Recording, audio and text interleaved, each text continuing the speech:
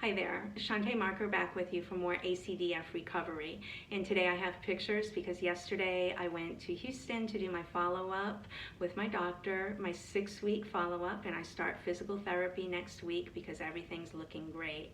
And I really wanted to post this video because the days leading up to the follow-up, I was a little bit nervous because in the last couple of weeks, I've been breaking a lot of the rules with bending, twisting, and lifting.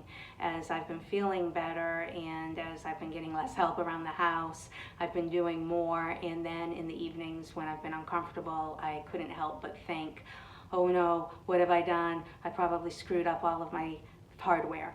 And so if you are also dealing with a little bit of stress, thinking maybe that you're doing too much, try not to be stressed out. That doesn't help your healing. And I can tell you that, it didn't have any effect on my hardware. And, I've been picking things up off the ground. I've been making the beds and loading the dishwasher and the washing machine and taking my dog for a walk, and she's a 100-pound German Shepherd, so that's no easy task. So that being said, I'm not recommending that you do those things, but if you're home alone and you don't have anybody to help, or if you just absent-mindedly have done some of the activities that they told you not to do, don't panic. Chances are it's going to be okay, and just try to remain calm. That being said, let's talk about my actual follow-up x-ray. So the hardware looks really good. If you look closely, there's no area where it looks like it's been outlined with a black magic marker. And I was really concerned about that because I've seen a few of the failed fusions and they all have what's called a halo, which looks like somebody outlined the hardware with a magic marker. And that's because there's a little bit of space where it's not completely embedded in the bone. And we talked about that on a previous video. It can be caused from smoking or poor nutrition or drinking, and it can also be caused by too much movement. So I was a little bit nervous about the extra movement that I had been doing.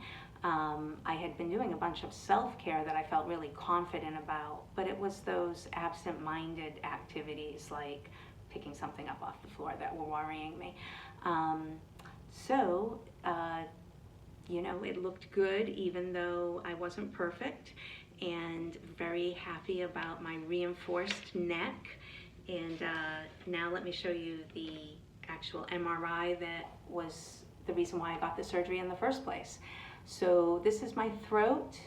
This is the front of the vertebral column. This is the back of the vertebral column. And then this black line that's running through the middle is the actual spinal cord.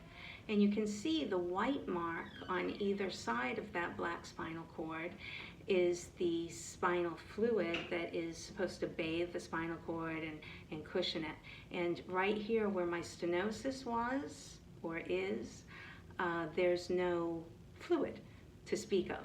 So this is where the compression, the cord compression was. And if you could see with like a magnifying glass, to be able to see that there's white specks in that black cord, and they're not supposed to be there. And that's what's called a signal interruption. And they explained to me that that is the actual injury to the cord that causes damage that they can't repair. So it's the reason why my pinkies are so weak, and I had some reflex issues, but it's also the reason why I have this ever persistent burning sensation in my cuticles, the tops of my knuckles, and often it will travel up my forearms. Now there has been some improvement because it used to go all the way up to my neck, and now it doesn't. And it doesn't keep me up all night like it used to. Often I would sleep 2 or 3 hours and then have to change, positions, like get up and walk around the house to get relief. So I haven't had that experience. I've only had 1 or 2 times where I couldn't sleep since the surgery. So as far as I'm concerned, things are really looking great, and I hope that your surgery goes well, and I hope if you've been watching my videos that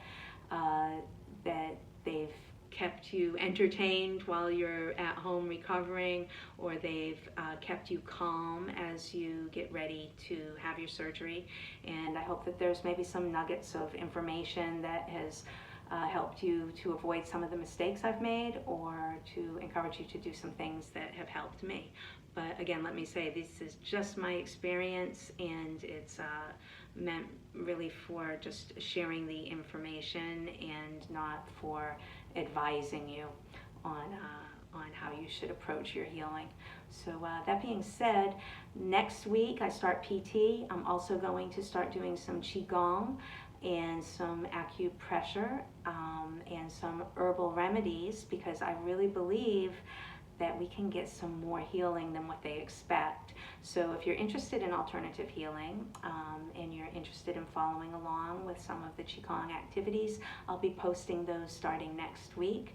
And I'm driving again, so I'm going to bring you all to my dojo, and maybe we'll do the Qigong in the dojo.